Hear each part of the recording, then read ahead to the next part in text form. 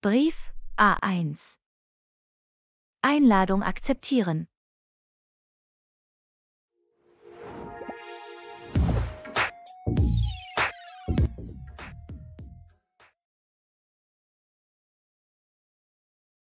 Eine Bekannte, Frau Max, hat Sie zu ihrer Geburtstagparty am Samstag eingeladen.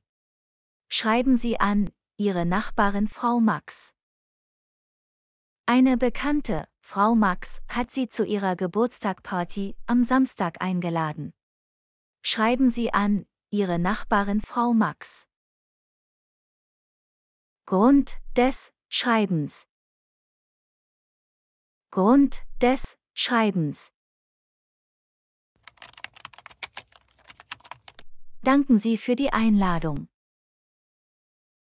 Danken Sie für die Einladung. Etwas zum Essen oder Trinken. Etwas zum Essen oder Trinken.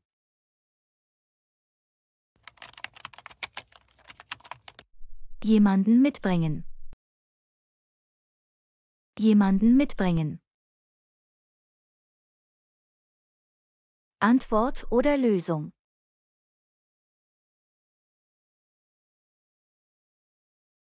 Brief, Betreff. Einladung akzeptieren. Einladung akzeptieren. Anrede. Sehr geehrte Frau Max. Sehr geehrte Frau Max. Briefinhalt.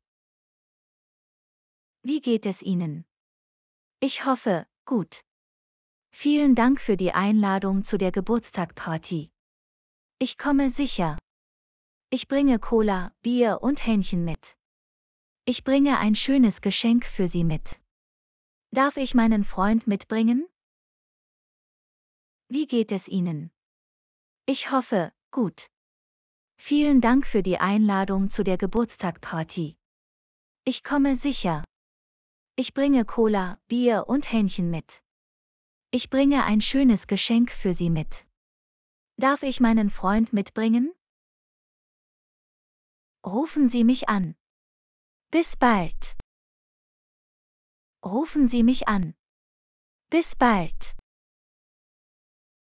Grußformel. Liebe Grüße. Liebe Grüße. Laura Schmidt.